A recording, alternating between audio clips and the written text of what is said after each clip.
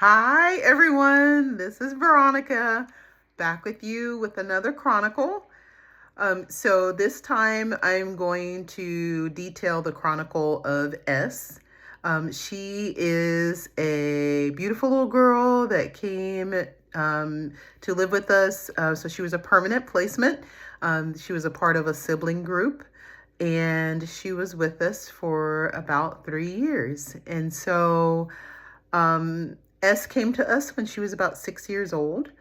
It was pretty rough. So again, I told you all I won't sugarcoat things and won't just tell the good. It was a rough adjustment for her. She actually cried every night that I put her to bed, for quite a while. She even, like, the first night she cried and she was like, I need to go home. I need to go home to my mommy. Why? My mommy's my best friend. Why are you keeping me away from my mommy? And so I had to explain to her that I was not trying to keep her away from her mom, that my job was just to take care of her for however long I needed to until, a DCS and the worker determined and the judge determined that it was time for her to go back home.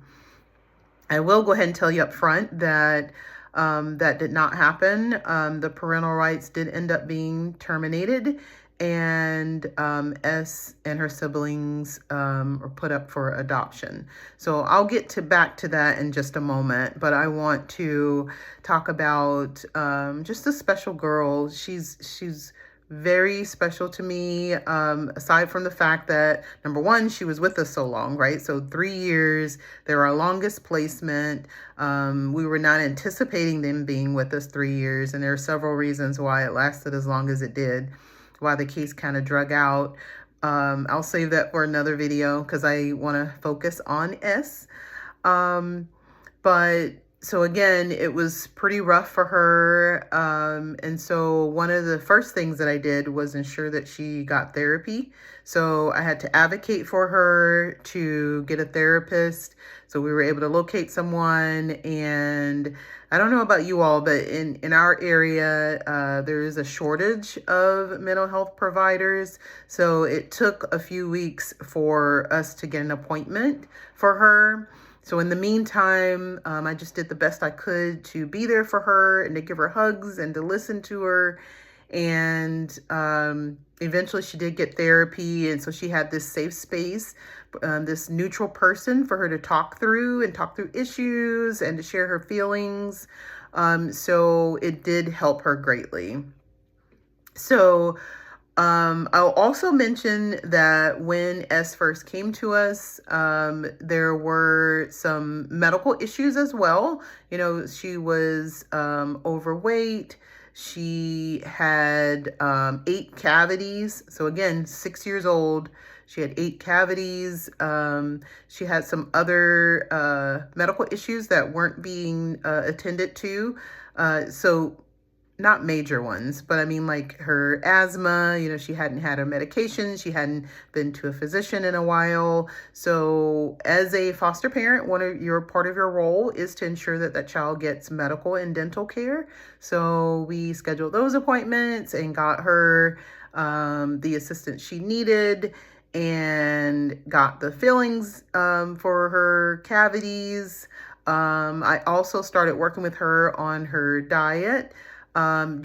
Mainly just so, again, you want the child to be healthy and to eat and get enough food, because sometimes they come from homes where there is a shortage of food and a lack of healthy food. So with her, it was just mainly introducing her to a variety of foods instead of like the I won't name the brand names, but like the frozen quick things that you pop into the microwave. So just showing her, baked chicken and baked pork chops and, just even spaghetti. Like, the girl loves spaghetti. But anyway, so when they first came to us, I was told that she didn't eat vegetables and that, she only ate fruits.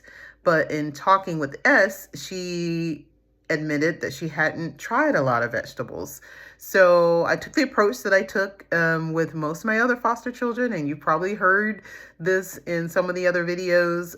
But one of the main things I do when I introduce them to new vegetables, I just make a variety plate. So I made a plate and just put a little bit of, different types of vegetables and just had her taste it. Because, like I told her, if you can't say you don't like something if you haven't ever tried it, right? And so she tried broccoli and she tried green beans and she tried, just different cabbage and different things.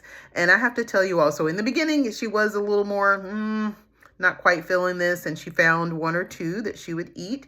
But I tell you, she is now a veggie eater. Like she'll eat her, the entree, but she loves her veggies. Like a lot of times she'll ask for seconds of the veggie and not like, so we might have spaghetti and then a side of broccoli. Like she wants seconds on broccoli and not so much the spaghetti, but she has a hearty appetite. So a lot of times she ate seconds on spaghetti too. But she loves broccoli and spinach and asparagus. So I'm talking a lot of veggies that a lot of children don't eat, right? So I think the lesson here is that we have to introduce the child to it. So even if I, Veronica, don't like a specific food, like I still owe it to that child, especially if it's a healthy food, to introduce them to it to see if they like it. And so that was one interesting thing. And then also it was just basically as she transitioned to our home, just learning to be a kid, because it seemed like, so I know that mom had some substance abuse issues. So it seemed like S was, even though she was only 6, it seemed like she was more of the maternal figure in the household. She took care of her younger siblings. And I think this is a key theme with foster children. If there's an impaired caregiver or an impaired parent in the home, usually the oldest child will like pick up that role and try to take care of the younger two. So when she came to us, it was just basically, teaching her that she was a kid and that she didn't have to take care of her little sisters, because guess what? That's what I'm there for. So, and I think that over time, she learned to trust that, and she was able to let go of those roles. But one quick story, we were talking about the adjustment. One time we were talking about, I was asking like what she wanted to watch on TV. And she was like, well, can I watch the Kardashians? Because my mama let me watch the Kardashians. And so I was like, I didn't know what that was. Like I couldn't. And then eventually I figured out she meant the Kardashians, like the show. And so I was like, well, you know what? We're not going to watch that here. Let's find some kids shows for you. Okay. So I just thought that was kind of funny that, she, I don't know, she was allowed to watch this show at 6 years old. I've never watched it, but maybe there's nothing inappropriate. Maybe there is. I don't know. But in our household, again, we started finding like some educational TV shows, but also just some fun kids cartoons, age appropriate kids cartoons. In our house, she bonded with all of us really, but one of the special times that I always remember is that every year at her school would have a daddy-daughter dance. And so my husband would get dressed up and she would get dressed up and they would go to the daddy-daughter dances every year. And that became like this super special thing. And first of all, she's a totally girly girl. Is a girly girl. She loved to dress up, loved hair and nails. So we'd paint her nails. And I think one year her biological mom paid for her to get her hair done. So I thought that was super cool. And because again, so during this time before the parental rights were terminated, the children did have weekly visits with their biological mother. So, and mom did try, especially in the beginning, it seemed like she was trying to get on the right track and um, keep this relationship with the girls. So I thought it was super sweet that mom paid for the hair because she didn't have to do that. Our family's totally able to do that, but she wanted to contribute. And so, they went and I sent mom pictures and things like that. So I thought that was something super special. Something else that we did that was special as a family, S had always taught, actually, there were two things.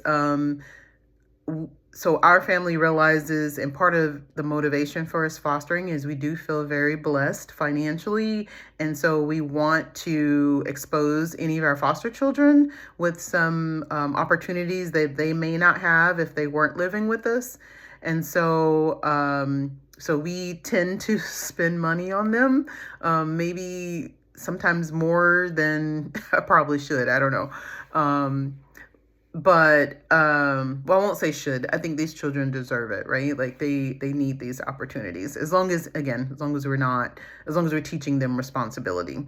But we've taken S and her siblings on a cruise, and we took them to the beach. So it was like we checked off two things in that one trip. Number one, they had never been on a cruise before, but number two, they had never been to a beach. And I just remember explaining to her about the ocean and how when you're on the beach, first of all, how beautiful the sand is, but then also when you look out on this water, like you just see as far as just on the horizon and no land. Like it's the most amazing, awe-inspiring thing.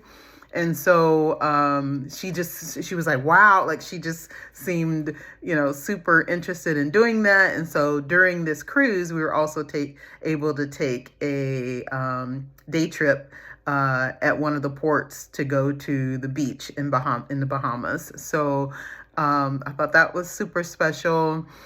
We also took the children to Disney one year and to Disney World. And first of all, nothing against people who like Disney, but I am not one of those people. I just think that it's expensive and it's too hot and it's too crowded. And again, that's my personal opinion. So this was solely a trip for the children so that S and her siblings would have this special experience, because I didn't know if they did get returned to mom, if that would ever happen in their life. So I wanted to make sure that they had that opportunity. So we flew there and we stayed in a hotel for a few days and took them to Disney. And sure enough, we get there and it's hot and it's crowded and I'm tired, and we're taking the children around, letting them ride the rides they want to ride. S is totally, I told you she's a girly girl, right? So she's totally into the Disney princesses. So she had brought she had a princess gown. And so she was able to change into that. And then we went into the castle and she was able to pose for pictures with the Disney princesses.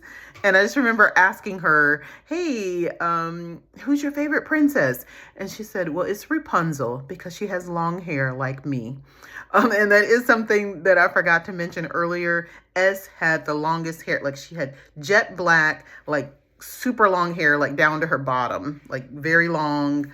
I had even asked at one point, her biological mom if we could get it cut, and mom was adamant, no, don't want it cut. So I can tell you it was quite a chore doing hair for school and for church and activities, because we put S and her siblings in activities. And so S was in gymnastics, which she was super good at. And I would have to do her hair up in a bun, and it was quite the routine getting, and then not even to mention hair washing, right? And then at another point during the time we had them, so then again, this is one of those, so I named a lot of positives, but one of the drawbacks is she got lice from school. Yeah, so listen, I'm sorry, and But as a African American, I have never had to deal with lice. I'm not saying Black people don't ever get lice, but I know that it's rare and it's in lesser instances than other races.